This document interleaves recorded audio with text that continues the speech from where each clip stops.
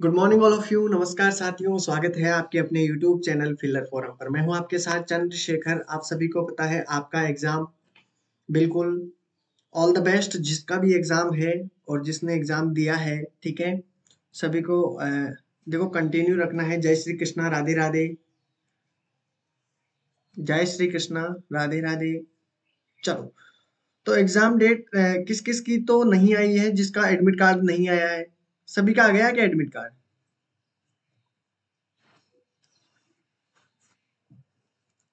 चलो, सभी का आ चुका है क्या? चलो, अच्छा है।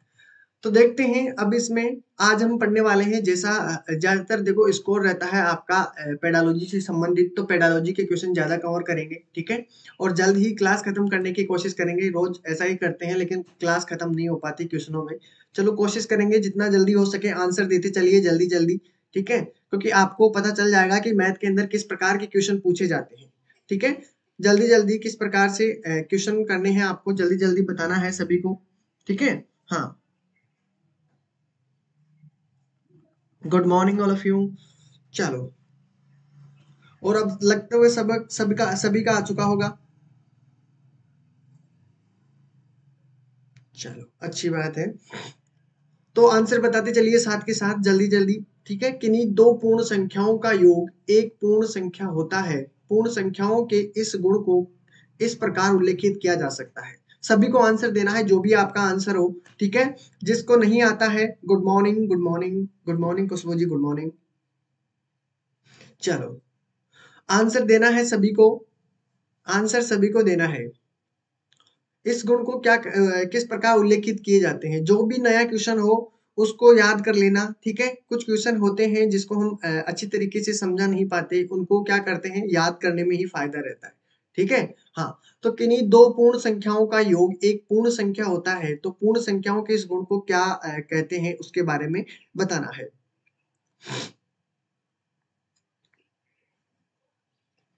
डिस्ट्रीब्यूटिंग प्रॉपर्टी नहीं होगी। पहली बात, डी जिसका भी ऑप्शन है चेंज कर दो। डी तो किसी भी हालत में नहीं होगी, डिस्ट्रीब्यूट नहीं हो रहा है वो। ठीक है, पूर्ण संख्याओं का योग एक पूर्ण संख्या होता है। ठीक है, किन्हीं दो पूर्ण संख्याओं का योग क्या बता रहा है वो, एक पूर्ण संख्या होता है। पूर्ण संख्याओं के इस गुण को किस उल्लेखित या किस प्रकार से उल्लेखित किया जाता है। डी अगर है तो चेंज कर दो आंसर, डी तो नहीं होगा, डिस्ट्रीब्यूटिंग प्रॉपर्टी नहीं होगी। Good morning, good morning. चलो, आंसर दीजिए। सी की तरफ आंसर आया है और बी भी आंसर आया है। चलो, इसका राइट आंसर क्या होगा? इसका राइट आंसर सभी के सामने, इसका राइट आंसर होगा वन, समवनक गुण। ध्यान रखना इस चीज का। ठीक है, ठीक है। चलो, अगला क्वेश्चन। क्वेश्चन को इसी प्रकार याद कर लेना है। अगर इस प्रकार क्वेश्चन आए तो आंसर आपको क्या देना है। ठीक है, चलो। गणित के शिक्षण अधिगम के विषय में निम्नलिखित में से कौन सा कथन सत्य नहीं है। इनमें से कौन सा कथन सत्य नहीं है? सी नहीं होगा, सी नहीं होगा उसमें, ध्यान रखना। उसमें वन इज करेक्ट आंसर। ठीक है, और किसी का भी सही नहीं आया था। अब ध्यान रखना, अगर कभी क्वेश्चन मिले वही क्वेश्चन या उस प्रकार का, तो ध्यान रखना। गणित के शिक्षण अधिगम के विषय में निम्नलिखित में से कौन सा कथन सत्य नहीं है? राइट आंसर बताना है। गणितीय अधिगम एक सामाजिक प्रक्रिया है जिसमें संवाद सम्मिलित है। दूसरी बात, गणितीय ज्ञान की रचना में संस्कृति और संदर्भों की भूमिका नहीं है। नमूनों के अवलोकन और सामान्यीकरण से प्राथमिक कक्षा के विद्यार्थियों में गणितीय ज्ञान का सर्जन किया जाता है। ठीक है, और फोर्थ है, गणितीय ज्ञान के सर्जन में तर्क और वार्ता की एक महत्वपूर्ण भूमिका है। राइट आंसर बताना है। टू, टू में राइट आंसर क्या होगा? सभी को आंसर देना है। कोई बात नहीं, अगर यहाँ पे गलत हो जाता है तो यहाँ से कुछ चीज सीख के ही जाओगे। ठीक है, उससे डरिएगा नहीं, लेकिन आंसर सभी को देना है। ठीक है, अगर यहाँ पर गलत हो जाता है तो भी कोई दिक्कत नहीं रहेगी, क्योंकि आइंदा फिर वो आपसे गलत नहीं होगा। ठीक है, तो यहाँ पे करने की सभी को कोशिश करनी है, जैसा भी आपका आंसर हो कोई फर्क नहीं पड़ने वाला यहाँ पर। ठीक है, लेकिन आपको आइडिया लग जाएगा, अनुमान लग जाएगा। फिर आपका अगर वही क्वेश्चन बनता है तो आपकी वहां पे गलती वो नहीं होगी, क्योंकि आपको पता चल जाएगा कि हमने वहां पर ये गलती की थी, तो अब ये गलती नहीं दोहराई जाएगी। ठीक है, हाँ बिल्कुल। तो आंसर सभी को देना है। टू के अंदर बी की तरफ आंसर आया है। अधिकतर बी की तरफ आंसर आ रहा है। चलो इसका देखते हैं राइट आंसर क्या होगा। इसका राइट आंसर बिल्कुल, जिसका भी आंसर बी है बिल्कुल करेक्ट आंसर है, बिल्कुल राइट आंसर। ठीक है, क्लियर है। चलो अगले क्वेश्चन की तरफ बढ़ते हैं। प्राथमिक स्तर पर संख्याओं को पढ़ाने के लिए निम्नलिखित में से कौन से कथन सत्य हैं? इसमें बताना है प्राथमिक स्तर पर जो संख्याओं के बारे में पढ़ाते हैं उनमें कौन सा कथन सत्य है, किस तरीके से, या इसमें पूछा जा रहा है संख्याओं को या संख्याओं की अंतर्दर्शी समझ को प्रोत्साहित किया जाना चाहिए। ठीक है, संख्याओं को लिखना अनुक्रम में पढ़ना चाहिए।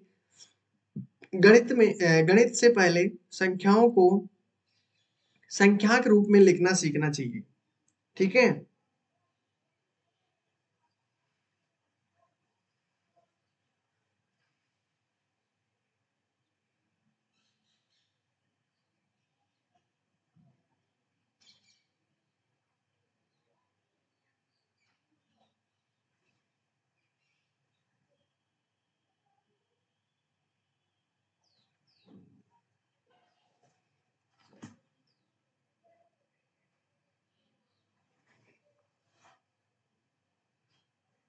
क्या पता क्या लिखे हो, मेरे को समझ में नहीं आया।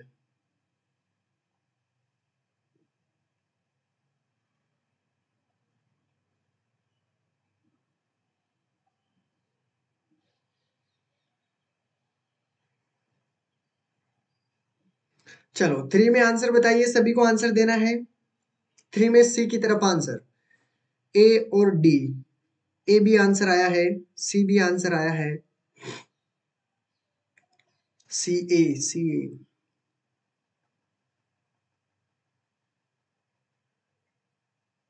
और किसी का आंसर? चलो इसका आंसर देख लेते हैं, इसका आंसर क्या होगा।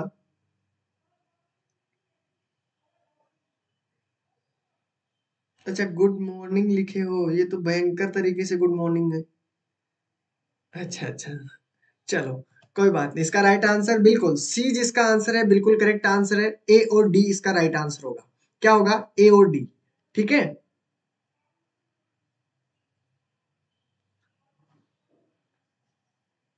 अच्छा अच्छा, मुझे लैंग्वेज नहीं आती ना उधर की। चलो इसमें राइट आंसर बिल्कुल सी, जिसका आंसर है बिल्कुल करेक्ट आंसर है। संख्याओं की अंतर्दृष्टि समझ को प्रोत्साहित किया जाना चाहिए, अच्छी बात है। और आपका डी होगा संख्याओं के अनुक्रम असंगति को प्रोत्साहित करना चाहिए। ठीक है, अनुक्रम असंगति को प्रोत्साहित करना चाहिए। तो इसका राइट आंसर ए और डी की तरफ, इसका सी इज करेक्ट आंसर। ठीक है, ध्यान रखना इस चीज का। प्राथमिक स्तर पर गणित पढ़ाने के लिए निम्नलिखित में से कौन सा पहलू अत्यंत महत्वपूर्ण है? इसमें राइट आंसर बताना है। फर्स्ट है गणित को बच्चों के जीवन अनुभवों का भाग बनाना, परिकलन में परिशुद्धता विकसित करना। ठीक है, चलो। और तीसरा है उच्चतर पढ़ाई को रोजगार के लिए तैयार करना, प्रौद्योगिकी के लिए प्रोत्साहन और तैयारी करना। इसका राइट आंसर।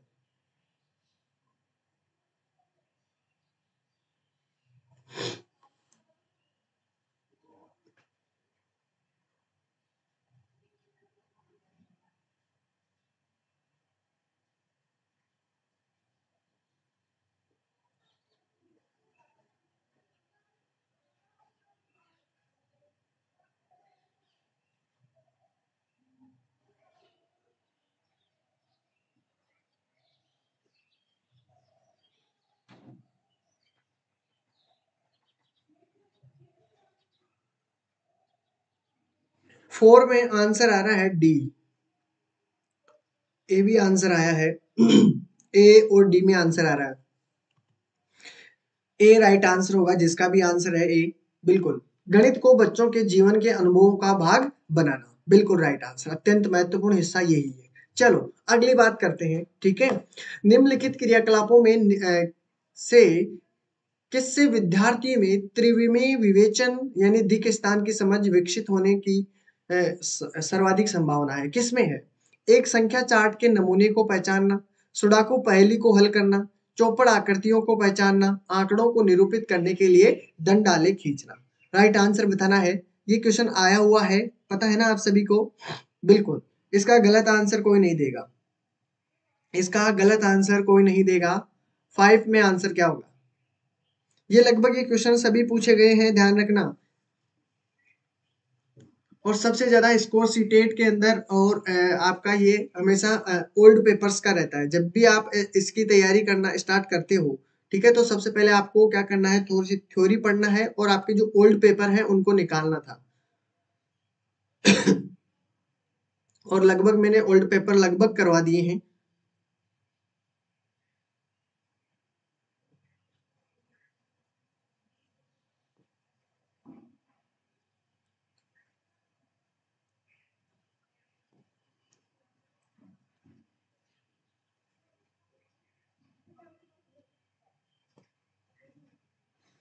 चलो 5 के अंदर आ रहा है, ए भी आया है और सी भी आया है, क्या बात है। तो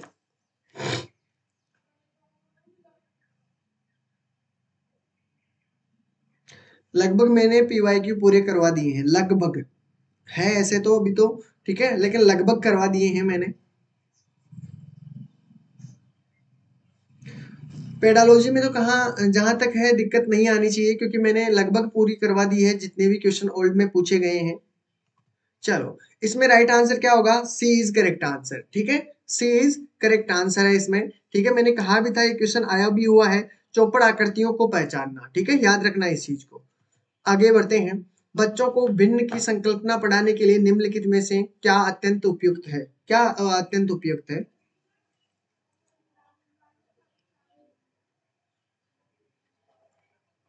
चलो इसमें देखिए, और जिन्होंने क्लास को लाइक नहीं किया साथियों, क्लास को लाइक कर दीजिए, प्लीज लाइक कर दीजिए।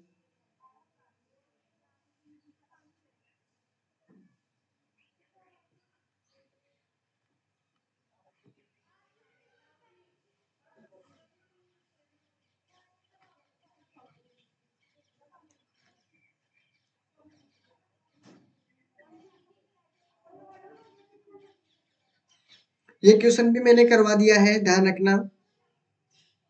गुड मॉर्निंग जरीन जी, गुड मॉर्निंग। ये क्वेश्चन भी करवा दिया गया है, पता है ना। 6 में डी की तरह गलत किसी का नहीं होना चाहिए, क्योंकि ये क्वेश्चन हमने कर लिया है, ये क्वेश्चन भी कई बार आ चुका है हमारे, आ चुका है ना। बिल्कुल सभी को आंसर देना है, जल्दी जल्दी। 6 में डी, 6 में डी, डी, बिल्कुल। चलो गुड। तो सभी को पता है इस क्वेश्चन का, बिल्कुल सभी का आंसर इसका राइट है, डी इज करेक्ट आंसर, ठीक है। चलो अगले क्वेश्चन की तरफ बढ़ते हैं। गणित की प्रकृति के विषय में निम्नलिखित में से कौन सा कथन सत्य नहीं है, ये बताना है, नहीं है, ठीक है नहीं, नहीं है, इसमें एक है सत्य नहीं है। गणितीय ज्ञान की रचनात्मक में संरचना में तर्क कौशल महत्वपूर्ण है। गणितीय संकल्पनाओं की प्रकृति श्रेणीबद्ध है। गणित प्राथमिक स्तर पर गणित प्रत्यक्ष है और कल्पना की आवश्यकता नहीं है। गणित में विचारों के सही संचारण के लिए विशेष शब्दावली का प्रयोग होता है। बिल्कुल आज लास्ट क्लास है, बिल्कुल दोस्तों आज लास्ट क्लास है,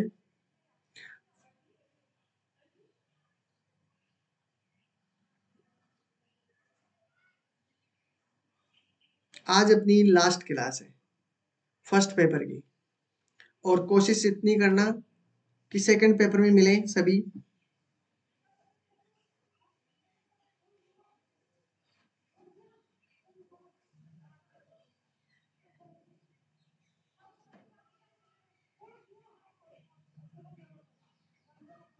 चलो गुड।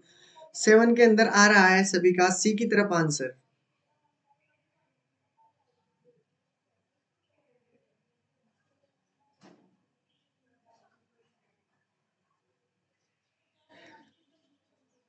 बिल्कुल। चलो आगे देखते हैं इसमें क्वेश्चन क्या पूछा गया है, इसमें बिल्कुल सभी का आंसर बिल्कुल करेक्ट है, सी इज करेक्ट आंसर, ठीक है, क्लियर। चलो अगले क्वेश्चन की तरफ बढ़ते हैं। निम्नलिखित कथनों में से किसमें संख्या 3 का उपयोग क्रम सूचक भाव में हुआ है, ये बताना है। ये क्वेश्चन आया हुआ था लेकिन उसमें तरीका दूसरा था, एग्जाम्पल, लेकिन इस तरीका मैंने समझा दिया था कि इसमें देखो पूछा क्या जा रहा है, ठीक है। किसमें संख्या 3 का प्रयोग क्रम सूचक में है, क्रम सूचक यानी क्रमबद्धता के रूप में है। अब बताना है राइट आंसर क्या होगा। उसमें भी था इसी प्रकार का एक क्वेश्चन था, मैंने करवाया भी था, इससे अलग था थोड़ा सा, बाकी तो सब ठीक था ऐसा का ऐसा ही। शायद यही क्वेश्चन होगा। 8 का आंसर देना है और सभी को देना है, ठीक है। हाँ।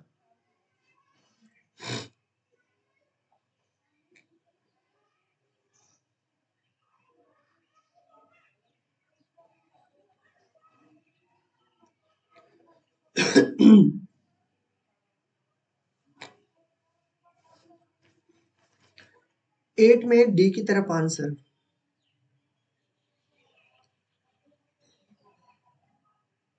एट में ए। रोहित जी आपने शुरू से क्लासें ली है फिर गलत कर रहे हो।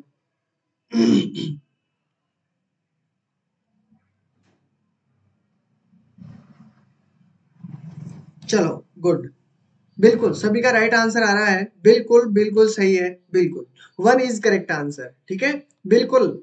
इसमें देखो, अब मैंने इसने कहा क्रम सूचक यानी एक क्रम में होना चाहिए, चाहे कोई भी संख्या हो क्रम में होनी चाहिए, 1 2 3 इस क्रम में हो, ठीक है, किसी भी प्रकार। तो यहाँ पर देखोगे एक डिब्बे में 3 पेंसिल के कई समूह है। अब इसमें 3 पेंसिलों के यानी कई समूह है, वो किसी भी तरीके से किसी भी एंगल में पड़े रह सकते हैं, इस प्रकार किसी भी प्रकार में, ठीक है, डिब्बे में। ठीक है, 3 पेंसिलों का एक डिब्बा है और इस प्रकार के कई सारे समूह है, ठीक है। तो वो डिब्बे कहीं भी किसी भी तरीके से पड़े रह सकते हैं। प्रत्येक समूह में 3 सदस्य हैं, 3 टीम सदस्य हैं और वो सदस्य किसी भी प्रकार के हो सकते हैं, बॉलर हो सकते हैं, गेंदर मतलब आपका क्रिकेटर वो भी हो सकते हैं, ठीक है। तो आपके इसमें अलग-अलग प्रकार के हो सकते हैं, ठीक है। जिसके किसी की तो बैटिंग अच्छी है, तो किसी की बॉलिंग अच्छी है, किसी की फील्डिंग अच्छी है, ठीक है, अलग-अलग प्रकार की। और इसमें कहा गया है कि इस घर में 3 कमरे हैं और कमरे किसी भी प्रकार से किसी भी एंगल से हो सकते हैं, इस प्रकार हो या इस प्रकार हो, ठीक है, किसी भी प्रकार से हो सकते हैं। लेकिन एक इमारत होती है, उसकी तीसरी मंजिल यानी कि इस मंजिल पे आपका इसी प्रकार मंजिल पे रहता है 3 मंजिल, ठीक है। ऐसे तो नहीं हो सकता ना कि पहली मंजिल तो यहाँ बना दी, दूसरी मंजिल इसके कोने में बना दी बिना नीचे कोई एंगल से, ठीक है, और चौथी इधर बना दी, ऐसे तो नहीं हो सकती ना, ऐसे नहीं हो सकती। तो आपका राइट आंसर क्या हो जाएगा, इस इमारत के तीसरी मंजिल पर रहता है, ठीक है। तो ये हो गई लगातार यानी क्रम सूचक भाव में, ठीक है। तो राइट आंसर आपका 1 इज करेक्ट, ठीक है, ये बार बार समझाया हुआ है। बिल्कुल मिल जाएगी आपको, बिल्कुल।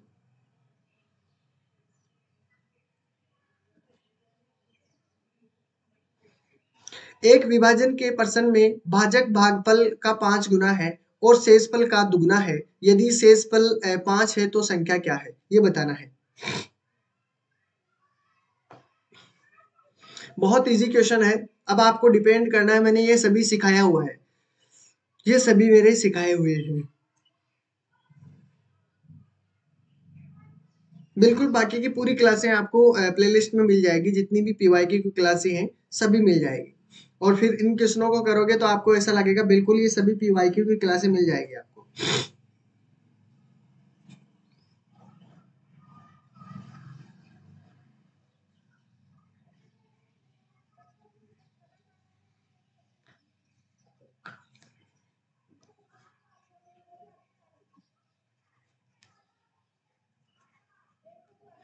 चलो चलो देखते हैं।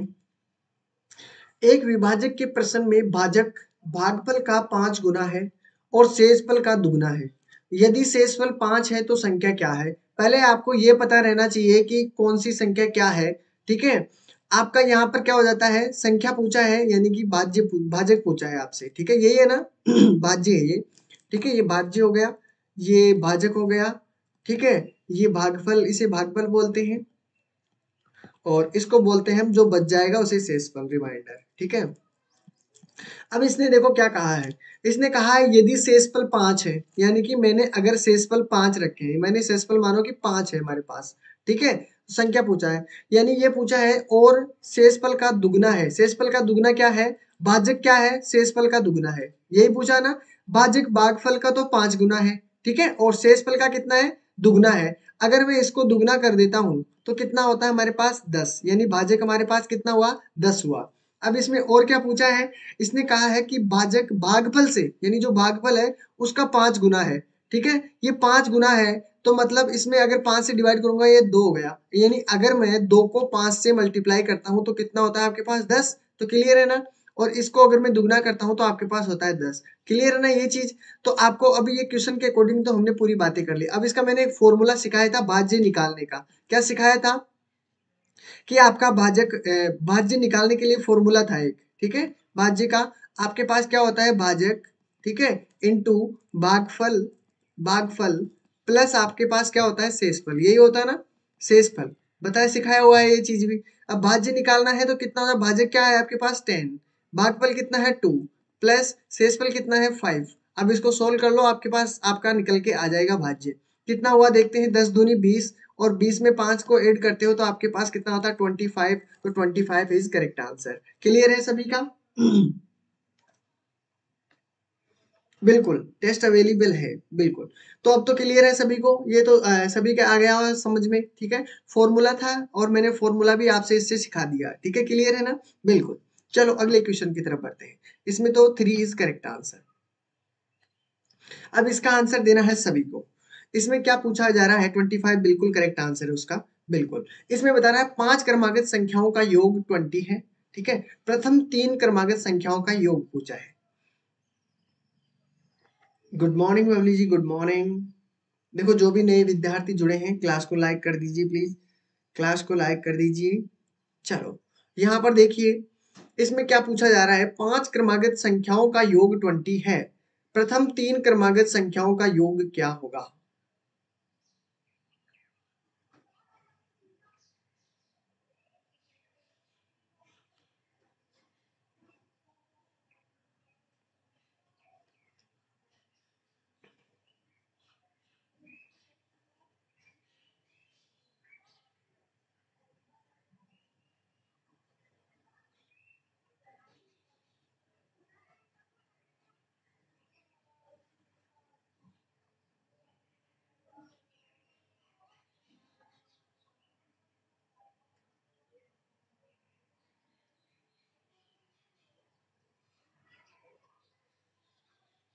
Okay good. लेकिन आंसर अभी तक तो सभी का नहीं आया है। रोहित जी का आंसर आया है, नहीं ये तो पुराना है। 11 में आंसर आया है बबली जी का बी आंसर, और रोहित जी का आंसर भी बी की तरफ, निर्मला जी का डी। देखिए मैंने संख्याओं के बारे में तो बहुत अच्छी तरीके से सिखाया है आपको। 5 क्रमागत संख्याएं ली हुई है मैंने, कि मान लो कि यहाँ पर मैं 5 मानता हूँ, 6 मानता हूँ, 7 मानता हूँ, 8 मानता हूँ, 9 मानता हूँ, ठीक है। इन सभी का योग कितना होना चाहिए, 5। तो इस प्रकार हम कोई भी संख्या मान लो कि x मानी है, मैंने पहली संख्या क्या मानी है, x मानी है। लेकिन अगर मैं अगले वाली संख्या निकालना चाहूँ तो क्या करता हूँ, 5 में से क्या करता हूँ, एक ऐड करता हूँ, जब भी तो 6 आता है। मतलब अगले वाली संख्या की बात कर रहा हूँ तो कितना हो जाएगा, x प्लस 1, यही करता हूँ ना, जब भी तो 6 आएगा, ठीक है। अगर अगले वाली संख्या के बारे में कितना करूं, अगर मैं इसको भी देखता हूं, इसको 5 माना, 5 में 2 ऐड किया, तो उसी प्रकार क्या करता हूं, ये x है हमारे पास, उसमें क्या करना है, प्लस का 2 कर दो, ठीक है, यही करते हो ना। तो एक संख्या आपके पास ये हो चुकी है, दूसरी है, तीसरी है। अगर मैं बात करूं इससे पहले की, इससे पहले में क्या करते हो, ये और 5 है, उसमें से क्या करना है, -1 कर दोगे तो आपके पास 4 आ जाएगा, यानी इससे पहले की संख्या आ जाएगी, ठीक है। अगर मैं इससे पहले की संख्या लिखना चाहता हूं तो x-1 हो गया, ठीक है। अगर मैं इससे भी पहले की संख्या लिखना चाहता हूं तो कितना हो जाएगा, x-2 हो गया कि नहीं हुआ, ठीक है। तो मैं यहाँ पर x-2 हो गया। कितनी संख्या हुई है हमारे पास, 1 2 3 4 5। अगर ये कह रहा है कि 5 क्रमागत संख्याएं हैं और 5 क्रमागत संख्याओं का योग क्या है, 20। अगर मैं इन सभी को ऐड करता हूँ, 20 प्लस इसको प्लस इसको प्लस इसको, इन सभी को पांचों संख्याओं को ऐड करता हूँ तो आपके पास आंसर कितना आता है, 20 आता है, ठीक है।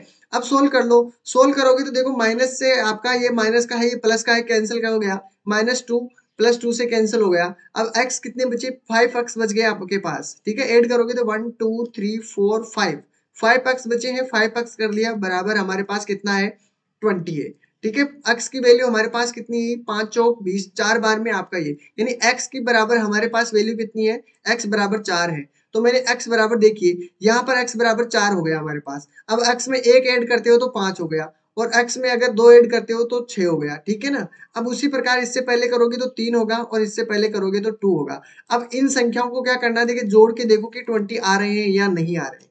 तो देखो ऐड करोगे तो देखो 3 2 5 होते हैं, 5 4 9 होते हैं, ठीक है। 9 और 5 आपके पास 14 होते हैं, 14 और 6 20 होते हैं। क्लियर है ना? तो आपके राइट आंसर कितना हो गया? 2 3 4 5 6। अब आगे देखो इसने क्या पूछा है, प्रथम 3 क्रमागत संख्याएं, प्रथम 3 जो स्टार्टिंग की जो 3 संख्याएं हैं उनका योग पूछा है कि उनका योग कितना होगा। तो 2 प्लस 3 प्लस 4, बस इसका आंसर कितना होगा? 9, यही होगा ना, यानी 5 और ये 4 9 हो गया। तो आपका राइट आंसर क्या हो जाएगा? 2 इज करेक्ट आंसर। बताइए, समझ में आ चुका है ना? कोई प्रॉब्लम नहीं है ना? ठीक है, कोई परेशानी नहीं है? चलो, सभी के समझ में आ रहा है, क्लियर है। चलो अगले क्वेश्चन की तरफ बढ़ जाते हैं। 2 इज करेक्ट आंसर। क्लियर है? बिल्कुल डन। चलो अगले क्वेश्चन की तरफ बढ़ जाते हैं। एक वर्ग के ऊपर तार 144 सेंटीमीटर क्यूब दिया हुआ है, स्क्वायर दिया हुआ, सॉरी, यानी क्षेत्रफल दिया हुआ है, ठीक है, घेरती है। यदि तार को एक आयत के रूप में मोड़ा जाता है तो इसकी लंबाई 16 सेंटीमीटर है, तो कितना क्षेत्रफल घेरा जाएगा? कितना क्षेत्रफल घेरा जाएगा? देखो पहले क्या करो, वर्ग की आपको भुजा निकाल लो, फिर वर्ग की भुजा निकालने के बाद में आपको क्या करना है? क्षेत्रफल निकालना है, क्योंकि लंबाई दी हुई है ऑलरेडी। फिर आपको क्या देगा? वो सब कुछ ऑलरेडी दिया हुआ है। देखते हैं।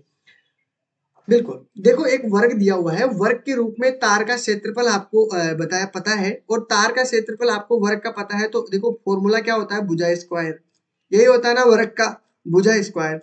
और आपके पास दिया हुआ है कितना? 144।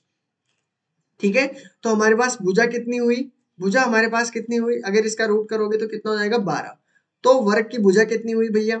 वर्ग की हमारे पास ये वर्ग है और इसकी एक भुजा 12 है, तो इसकी सारी भुजा कितनी होगी? कितनी? 12 12 हो जाएगी। क्लियर है ना ये चीज? ठीक है, आगे बात कर लेती है। इसमें कहा गया यदि तार को एक आयत के रूप में, अब पहले कोई ये बताइए, यहां से लेकर तार, अगर मैं इसको तार बना देता हूँ, यहां से काट दिया तो तार की लंबाई देखो कितनी हो गई है। तार की लंबाई आपके पास कितनी हुई? यहां से लेकर यहां तक हो गया, ठीक है। उसके बाद में यहां तक, फिर यहां तक, और फिर यहां तक। कितना हुआ? 12 एकम 12, 12 दूनी 24, 12 तिया 36, 12 चौक 48। यही हुआ ना? 48 सेंटीमीटर का तार हुआ है, ठीक है। ये टोटल तार हमारी लंबाई कितनी है? 48 सेंटीमीटर। ठीक है, अब इसने कहा है कि अब उसने आयत के रूप में मोड़ दिया, यानी एक वर्ग को क्या कर दिया? एक आयत के रूप में मोड़ दिया, दो भुजाएं बराबर कर दी और दो भुजाएं थोड़ी अलग बराबर कर दी, ठीक है। अब इस इन चारों भुजाओं की लंबाई कितनी है? 48 है, यानी इसके परिमाप कितना है? इसका परिमाप आपके पास दिया हुआ 2 लंबाई प्लस चौड़ाई बराबर आपके पास कितना दिया हुआ है? 48। क्लियर है ना? बिल्कुल। तो अब क्या करोगे? 2 है हमारे पास, लंबाई कितनी दी हुई है? लंबाई देखो क्वेश्चन के अंदर 16 सेंटीमीटर दी हुई है, मैंने लंबाई को 16 रख दिया, प्लस बी आपको निकालनी है पहले, बी निकाल लीजिए। निकालोगे तो कितना हुआ? 2 से कैंसिल करोगे, 2 दूनी 4, 2 चौके 8, ठीक है। अब 16 प्लस बी आपके पास यहाँ पर दिया हुआ है, बी की वैल्यू निकालना चाहता हूं मैं, तो बी की वैल्यू कितनी हो जाएगी? 24 माइनस 60, ठीक है। अब बी की वैल्यू यानी वृत्त आपके पास कितनी हुई है? देखो यहाँ पर तो आपके पास 4 4 8 आपके पास बच गए हैं, ठीक है। बी आपके पास कितना है? 8। अब आपको निकालना क्या है ये बताइए। देखो लंबाई आपके पास आ गई है, लंबाई आपके पास, मानो कि इसकी लंबाई है आपके पास 16, ठीक है, क्वेश्चन में दी हुई है, और आपके पास इसकी चौड़ाई दी हुई है 8, ठीक है। अब आपसे पूछा है कि इसका क्षेत्रफल कितना होगा, और आयत का क्षेत्रफल का फॉर्मूला क्या होता है? लंबाई इंटू चौड़ाई, यही होता है ना एरिया का फॉर्मूला, यही होता है। तो मैं एरिया निकाल लेता हूँ, कितना? 16 इंटू 8, यही होता है ना, बस कर दीजिए। तो कितना होगा? 8 छंग 48, ठीक है, और 8 4 12 128। तो आपका राइट आंसर क्या हो जाएगा? आपका राइट आंसर बिल्कुल 3 इज करेक्ट आंसर, ठीक है। बिल्कुल क्लियर है सभी का?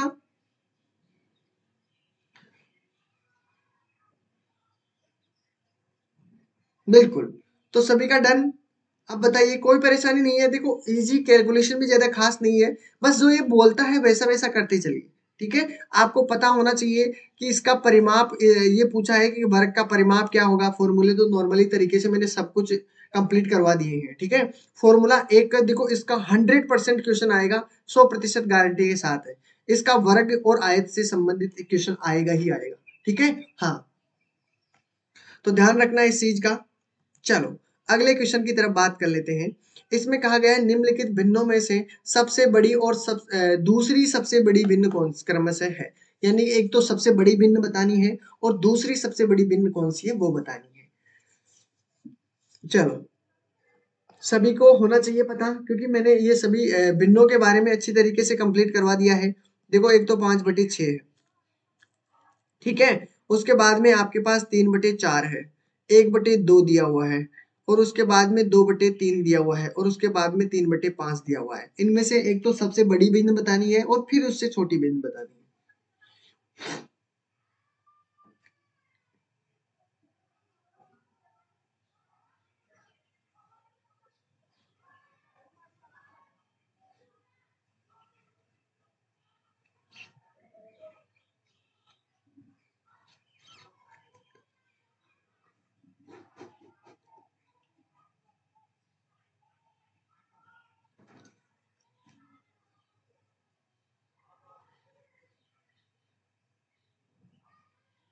सभी को आंसर देना है।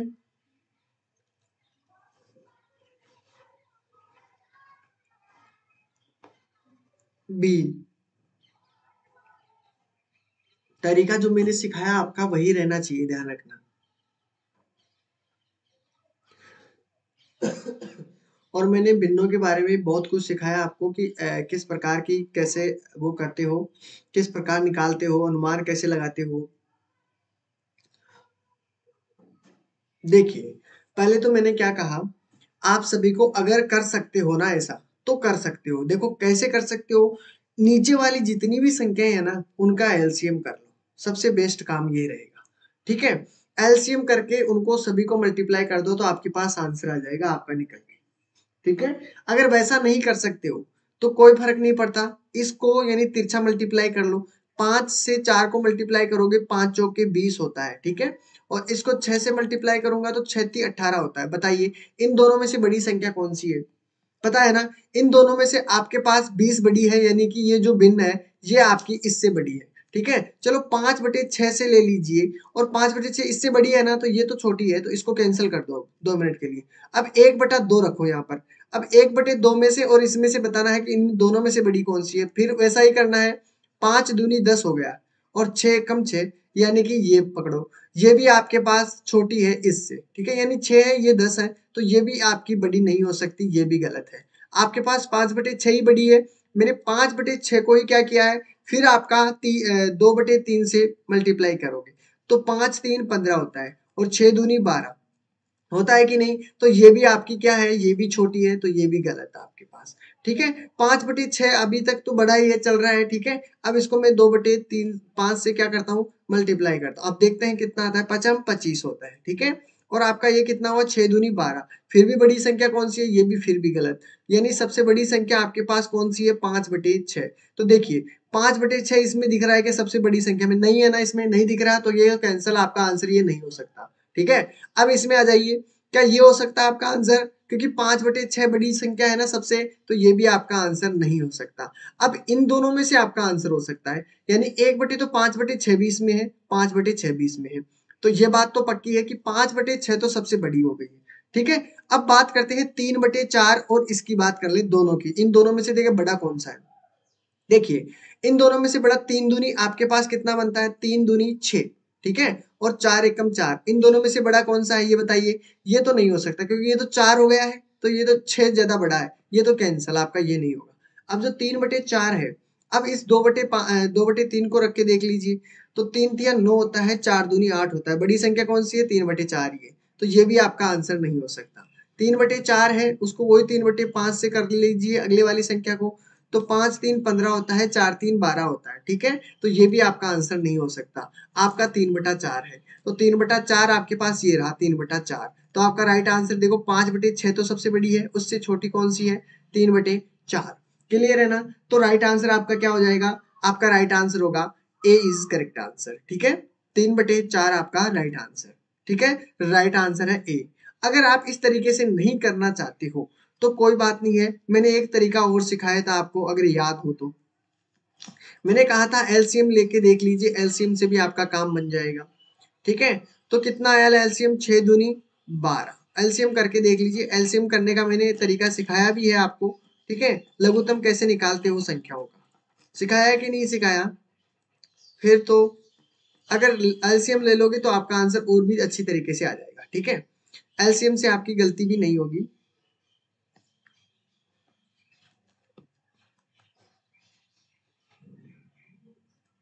चलो यहाँ पर देखो एलसीएम ले लोगे, अगर एलसीएम नहीं आता तो सभी संख्याओं को यहाँ पे रख लीजिए, 6 रख दिया, 4 रख दिया, 2 रख दिया, 3 रख दिया, 5 रख दिया। अभाज्य संख्याओं का भाग दीजिए, 2 का दिया, 2 तिया 6, 2 दूनी 4, 2 और 3 और 5, क्लियर है ना। फिर 2 से करोगे तो 3 तो आपके पास ये ऑलरेडी है, 1 आपके पास यहाँ आ चुका है, 3 और 5 आपके पास ये हो चुका है, ठीक है। अब आगे देखते हैं, 3 का करोगे, यहाँ पर 1 हो गया, फिर भी 1, 1 और 5, ठीक है। अब फिर 5 से करोगे तो सभी जगह 1 1 हो जाएगा, ठीक है। अब इन दोनों को मल्टीप्लाई कर दो, 5 3 15, 15 दूनी 30 और 30 दूनी 60, तो लघुत्तम आपके पास एलसीएम कितना हुआ, 60 आया है। तो 60 को सभी संख्याओं से मल्टीप्लाई करो, 6 से 6 कैंसिल कर दिया, ये संख्या हो गई 50। अगर इसको फिर मैंने 60 से मल्टीप्लाई किया तो 12 चौक 48 यानी 15 थी 45, 15 चौक 60, 15 थी 45, ठीक है, ये 45 हो गई। फिर अगर मैं इसको 60 से मल्टीप्लाई करूंगा तो कितना हो जाता है 30, ठीक है। फिर इसको मल्टीप्लाई करूंगा 60 से, 3 दूनी 6, 2 दूनी 4, कितना, 3 दूनी 6, 2 दूनी 4, 40 हो गया। फिर इसको भी मल्टीप्लाई करूंगा मैं किससे, वही 60 से, ठीक है। 12 चौक 48, 12 पंजे 60, ठीक है, 12 बार, 12 दूनी 12 तिया 24, ठीक है, 12 दूनी 24, 12 तिया 36, 36। अब बताइए, ये 50 बड़ा है, फिर 45 बड़ा है, फिर 30, फिर 40, फिर 36, इनमें से सबसे बड़ी संख्या कौन सी है, एक तो 50 है, यही है ना 50, और उसके बाद में इनसे छोटी कौन सी है, 45। तो इसमें भी ध्यान रखना, 50 बड़ा है, कौन सी संख्या है 50 के नीचे, 5/6, ठीक है। और फिर क्या करना है, देखो 45 है, 45 आपके पास इन सभी बाकी से तो बड़ी है, यानी 3/4, तो आपके पास 3/4 भी, तो राइट आंसर सबसे बड़ी संख्या कौन सी है, 5/6, उससे छोटी संख्या कौन सी है, 3/4। तो इस तरीके से भी आप आंसर निकाल सकते हो, दोनों तरीके मैंने अभी ही सिखा दिए हैं आपको, ठीक है।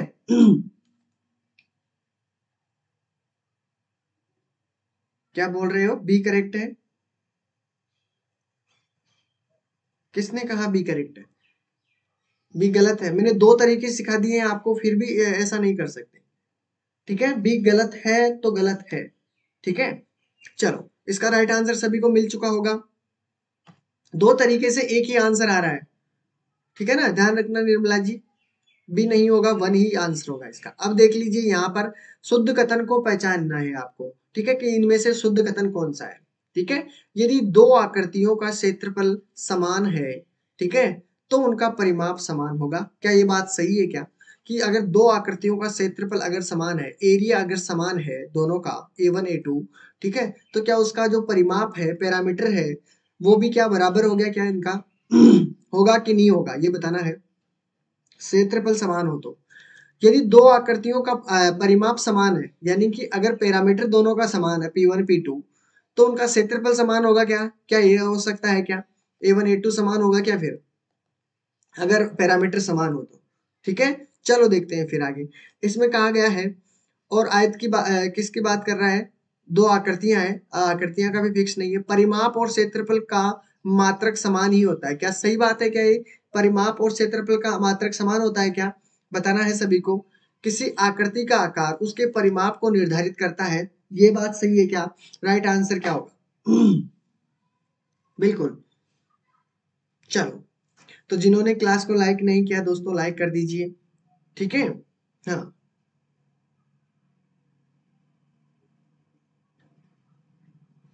Good morning, good morning, good morning. चलो यहां तक तो क्लियर है सभी का, निर्मला जी दोबारा से देख लेना एक बार, ठीक है ना, आपकी कहाँ गलती हुई है, ठीक है। हाँ, क्योंकि गलतियां नहीं पकड़ोगे तो फिर आप वहां पे भी वही गलती करोगे ना, तो वो गलती आपको नहीं करनी है, ध्यान रखना,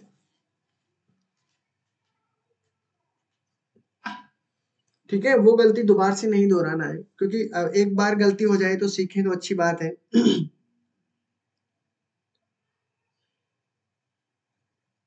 चलो इसमें देख लीजिए राइट आंसर क्या होगा, 14 के अंदर आंसर आया है सी की तरफ, क्या सभी का आंसर सी है क्या, रोहित जी का 14 में आया है सी, बिल्कुल। चलो बबली जी का भी सी आंसर, ओके।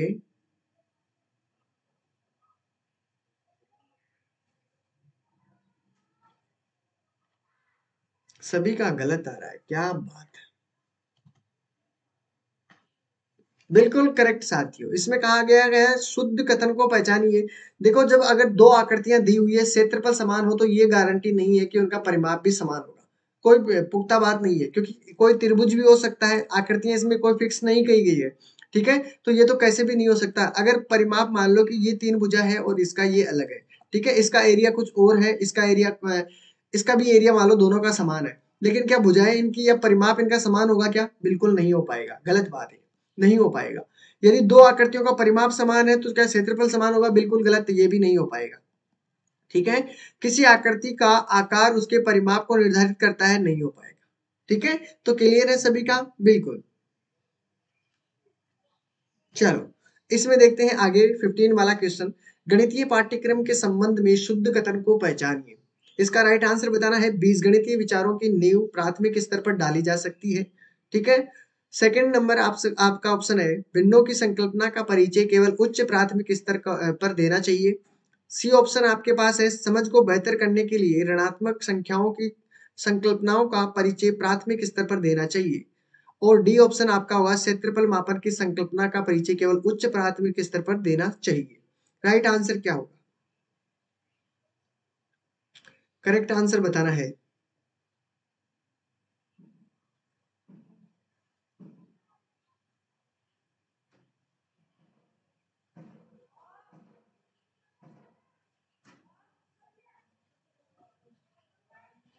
फिफ्टीन में सी की तरफ आंसर आ रहा है।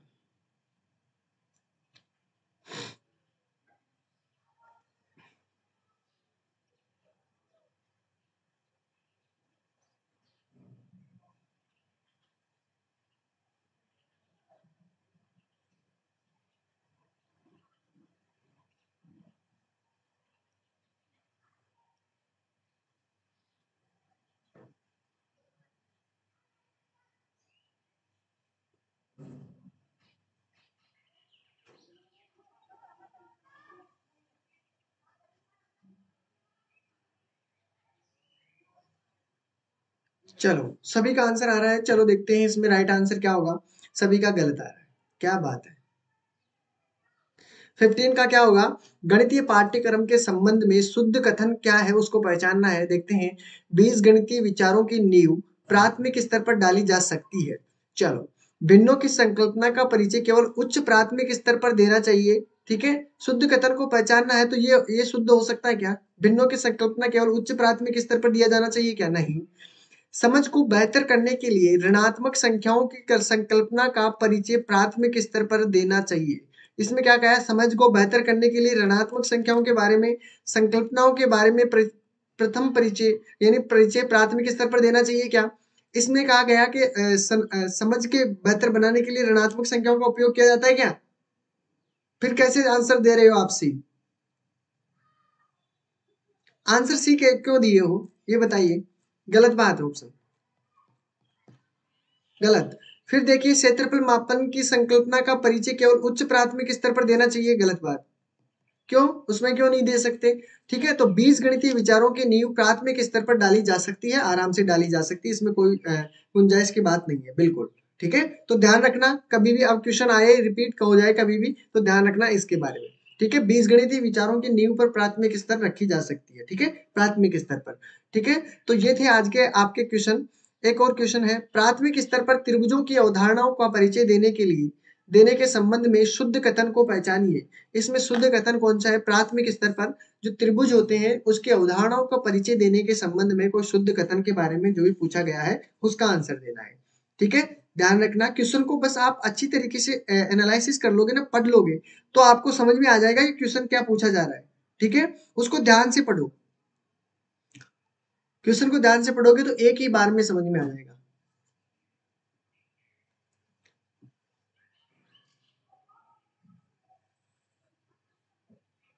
चलो,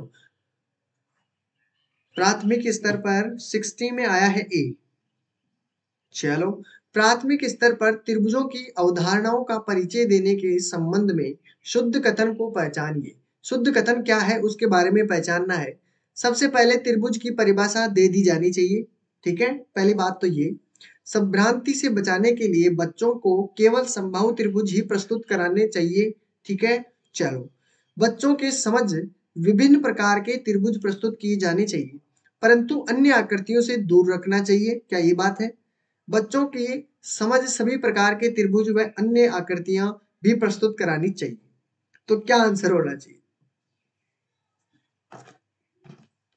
ठीक है, तो इसमें राइट आंसर बिल्कुल डी की तरफ जिसका भी आंसर है बिल्कुल करेक्ट आंसर है। इसमें कहा गया है कि बच्चों के समझ सभी प्रकार के त्रिभुज एवं अन्य आकृतियां प्रस्तुत की जानी चाहिए।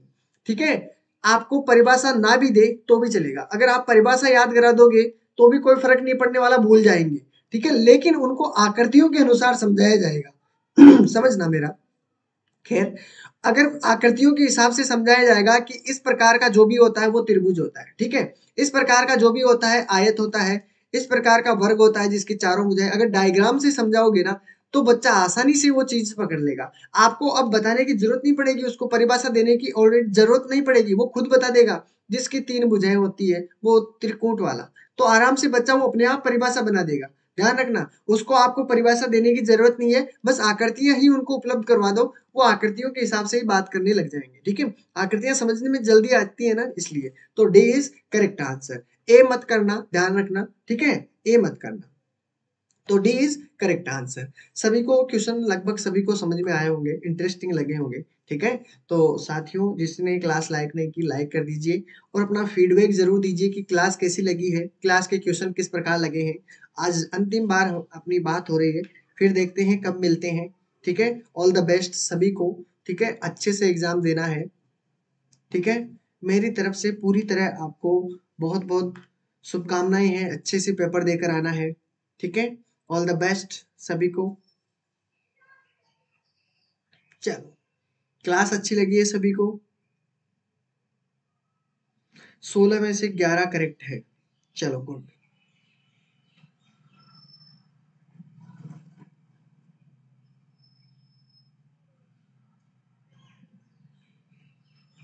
चलो, और पेडालॉजी क्वेश्चन मैंने बहुत सारे करवा दिए हैं बबली जी, आपको पीछे क्लास रिवाइज कर लो और उन क्लासों को पूरी कंप्लीट देख लो, क्योंकि पीवाईक्यू क्वेश्चन सभी आपको वहां पर देखने को मिल जाएंगे। ठीक है, बिल्कुल।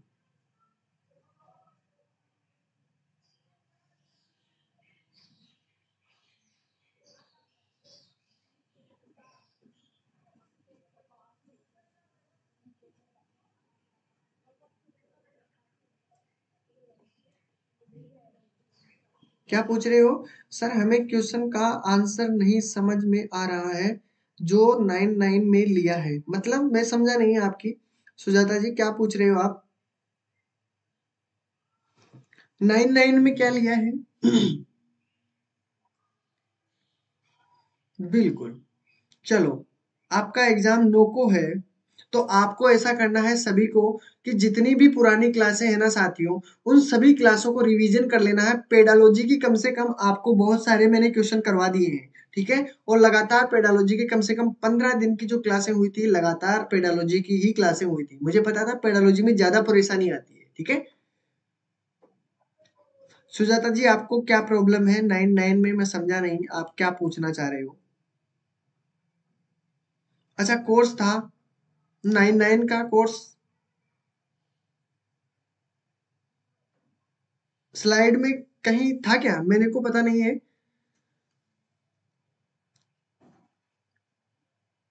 अच्छा, फिलर फोरम से आपने 99 रुपए में लिए हैं। देखिए मुझे इसका आइडिया नहीं है, लेकिन फिर भी मैं आपको इसके बारे में इंफॉर्मेशन दे सकता हूँ। ठीक है,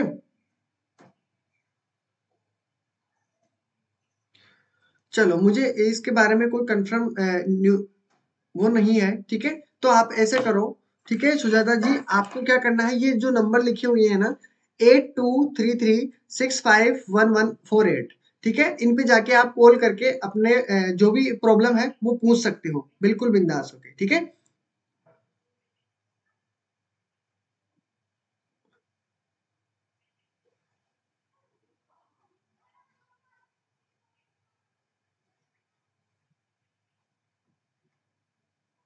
चलो, तो इसके बारे में मैं आपको ज़्यादा इन्फॉर्मेशन नहीं दे सकता क्योंकि मुझे भी इसका आइडिया नहीं है। ठीक है, तो आपको ज़रूर देख लेना है, एक बारी बात कर लेना इन नंबरों पे। ठीक है, चलो।